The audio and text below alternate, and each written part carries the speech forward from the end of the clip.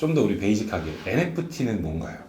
NFT는 사전적 의미는 이제 non-fungible 토큰이라고 그래가지고 대체 불가능한 토큰인데요. 비트코인은 대체 가능한 추상적인 전자 코드이기 때문에 대체 가능한데 이거를 약간 틀은 거죠. 그러니까 이더리움 쪽에서 나온 개념이라고 알고 있는데 이런 개념은 비트코인의 탄생과 함께 이제 시작을 했고요. 그게 이제 점점 좀 발전해서 이더리움 쪽에서 그거를 좀 이제 상업화시켜서 성공했죠. 뭔가 의미가 있는 방향은 맞는데 그게 과도한 붐을 불러일으켰죠. 실제로는 별로 가치가 없는 것들이 그 흐름이 의미 없는 건 아니에요. 그래서 다시 이제 진행이 될 거라고 보고 있고 진지한 흐름들이 이제부터 본격적으로 나올 거라고 생각을 합니다.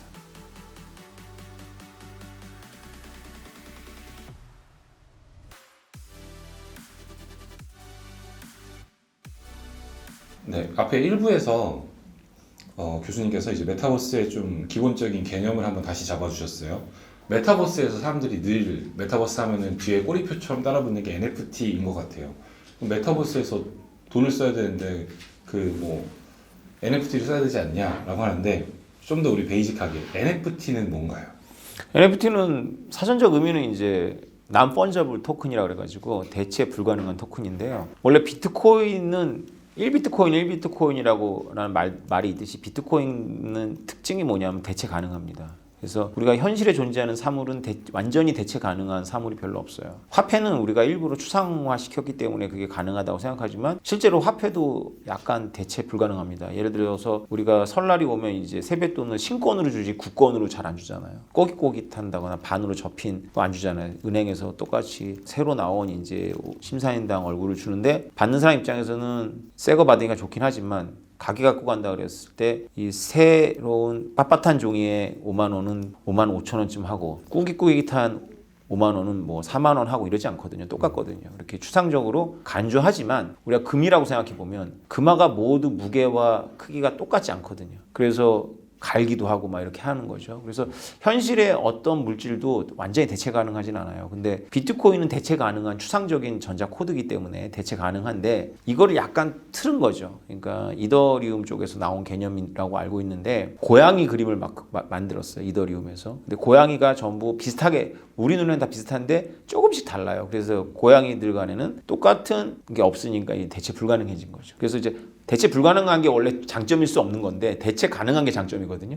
화폐에서는. 근데 대체 불가능한 게 마치 뭐 우리가 사람 인력이 이 대체 불가능해 해보면 좋은 말인 것 같잖아요. 그래서 그걸 이제 좋게 트위스트한 거죠. 한번 틀은 거죠. 그래서 그게 이제 좋은 말이 되는데 사실은 이제 비트코인이 대체 가능하지만 그 비트코인에다가 텍스트를 넣을 수가 있어요. 그래서 이걸 초창기에는 컬러드 코인이라고 그랬습니다. 주화죠. 기념 주화. 그래서 우리가 올림픽 500원짜리에 88올림픽 500원짜리를 500원이라고 생각 안 하잖아요. 그죠? 그런 기념주화처럼 뭔가 새겨 넣을 수가 있어요. 여기다가 증권을 새겨 넣으면 그것이 주식이 되는 거고 거기다가 졸업장을 새겨 넣으면 이게 졸업증명서가 되는 거고 거기다 내 주민등록번호를 새겨 넣으면 내 신원 인증이 되는 거죠. 이런 개념은 비트코인의 탄생과 함께 이제 시작을 했고요. 그게 이제 점점 좀 발전해서 이더리움 쪽에서 그거를 좀 이제 상업화시켜서 성공했죠. 처음에는 이제 고양이 같은 걸 넣다가 뭐 이제 우리가 다 알지만 지난번 불장에서는 뭐 요트를 타는 지루한 원숭이들도 넣어서 엄청난 비싼 예술품처럼 팔아먹었죠.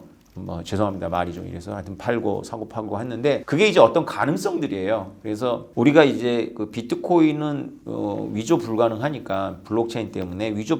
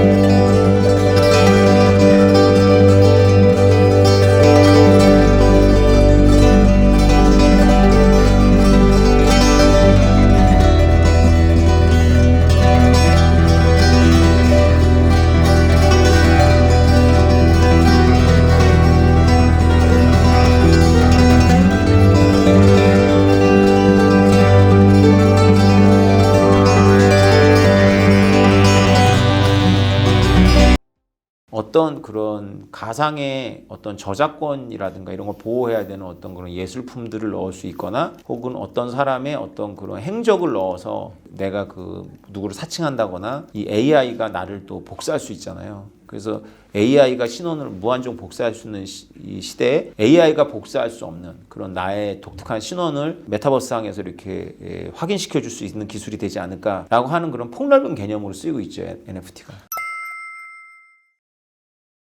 맞습니다. 노털이죠, 노털이. 등기가 영어로 노털인데 그 원래 비트코인을 화폐처럼 접근하지 않고 비트코인을 전체 시스템을 하나의 등기소로 보는 접근 방식이 있었어요, 초창기. 비탈릭 부테리라는 청년도 바로 그 기능에 꽂혔던 거죠. 비트코인 가격보다는. 아, 글쎄요. 그러니까 이게 이 시장도 그렇고 우리가 자본주의가 이제 본격화된 이후로 반복해서 나타나는 현상인데요. 여러분들이 기억하는 이제 인터넷 닷컴 버블을 한번 생각해 보시죠. 그 1990년대 후반부에 완전 전 세계가 달아올랐어요. 그래서 마치 인터넷으로 우리 현실이 다 들어간다고 생각을 해서 막 너무 걱정을 했었죠. 기존의 기업들은. 그래서 뭐 닷컴이 다 뭐 붙으면 엄청난 투자를 받았어요. 그러다가 한번 망했거든요. 그리고 나서 나온 게 이제 페이스북이 나오고 그리고 성장한 게 구글 같은 게 성장한 거거든요. 우리가 그런 거품이 한번 꺼지면 완전히 황량해집니다. 왜냐하면 너무 과도한 기대를 모았다가 한꺼번에 와장창 무너지니까 사람들이 인터넷 얘기 듣는 것도 싫어하는 거죠. 근데 실제로는 그런 거품이 끝나고 나서 본격화되는 거거든요. 실제 실물의 움직임은. 물론 이제 그 버블 전에 있었던 것들도 살아남았는데 그 이후가 더 본격적이었던 것 같아요. 제 기억에도. 우리가 뭐 라이코스 이런 거 누가 기억합니까? 다 없어졌잖아요. 야후도 이제 원래는 야후가 왕이었죠. 그런데 야후가 지금 뭐 존재감이 없잖아요. 구글에 비해서. 그거랑 비슷한 것 같아요. 그러니까 우리가 메타버스나 NFT가 분명히 뭔가 의미가 있는 방향은 맞는데 그게 과도한 붐을 불러일으켰죠. 실제로는 별로 가치가 없는 것들이 마치 기대를 모아갖고 뭐 우리가 보기엔 아무것도 아닌데 무슨 뭐 요트 타는 원숭이들, 지루한 원숭이 이런 거 보면 막 가격이 뭐 그게 뭐 수백만 원도 이상한데 수천만 원 막 수억 원 이게 좀 이상하잖아요, 그죠? 맞아요. 그런 붐이 있었다가 꺼지니까 이 사람들한테 많은 사람한테 피해를 주고 실물이 나겠죠. 그러나 그 흐름이 의미 없는 건 아니에요. 그래서 다시 이제 진행이 될 거라고 보고 있고 진지한 흐름들이 이제부터 본격적으로 나올 거라고 생각을 합니다. 네, 그렇죠. 너무 풀리지 않는 문제일 거라고 생각을 해요. 지금이 이제 비트코인이 촉발하는 어떤 암호화폐 산업에서는 너무너무 초창기잖아요. 그래서 우후죽순으로 뭐 기술 자체가 따라하기 어려운 건 아니니까요. 누구나 조금만 공부하면 기술 쪽의 이 코더들은 기존의 프로그래머들은 얼마든지 비슷한 것들을 만들어낼 수가 있습니다. 그래서 실제로 만들어냈고요. 엄청난 것들이 나왔는데 이걸 기술로만 바라보면 비트코인이 계속 왕자의 자리를 차지해야 될 이유가 전혀 없죠. 왜냐하면 비트코인은 최초의 블록체인이니까 그만큼 낡았고 혁신이 일어나지 않았죠. 그러면 우리가 기술로 본다면 지금 새로 만들어지는 것들이 훨씬 더 우수하다라고 보니까 그걸로 전환될 것 같잖아요. 근데 비트코인은 단지 기술의 문제가 아니라 기술은 비트코인이 차지하는 비중이 별로 없어요. 중요한 건 비트코인을 만들어낸 사람들의 그 이상한 집단적인 행태거든요. 이거는 그렇게 쉽게 바뀌질 않아요. 물론 그렇다고 해서 다른 프로젝트들이 전부 쓰레기가 될 거라고 말하면 좀 너무 위험한 발언이에요. 왜냐면 어떤 것들은 비트코인의 빈자리를 채우면서 어떤 자기만의 영역을 찾을 거라고 저는 보거든요. 저도 그런 시도를 하고 있고. 근데 비트코인이 갖고 있는 그 독특한 이상을 무너뜨리는 건 굉장히 어려울 거라고 봅니다. 그렇죠. 그런데 그걸 구별하려면 일반인이 구별하려면 이 세계에 들어와서 저처럼 전업적으로 공부를 해야 되거든요. 근데 그거는 제가 권장하는 건 아니에요. 왜냐면 각자 영역이 있을 거고 그래서 그 정도까지 공부를 하려면 진짜 전업적으로 해야 되는데 그렇게 한다고 그게 또 보이는 건 아니거든요. 여러분 2024년도가 밝았습니다. 여러분 지혜족보 구독자 여러분 지난 한 해 또 성원해 주시고 이렇게 지켜봐 주셔서 감사합니다. 새해 복 많이 받으시고요. 새해 좀 더 좋은 콘텐츠로 여러분들을 찾아뵙도록 하겠습니다. 감사합니다.